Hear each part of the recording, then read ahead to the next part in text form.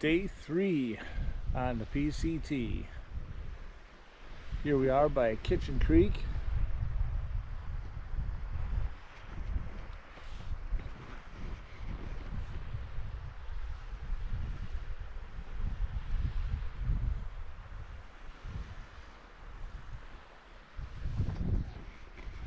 Been doing some big ascents today.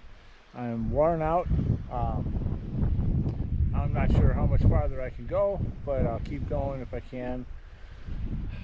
Next stop is going to be Mount Laguna. I bet that's tomorrow. A little worried about food. There might be a way to get some water. I hope it's not from down there. But I got 3 liters or so, maybe a little less. We'll see how things go.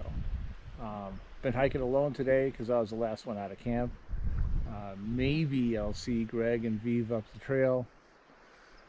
Maybe they'll leave a light on for me in a nice camping spot. We'll see. I'm signing out. This is Jonathan on the PCT. See you up the trail.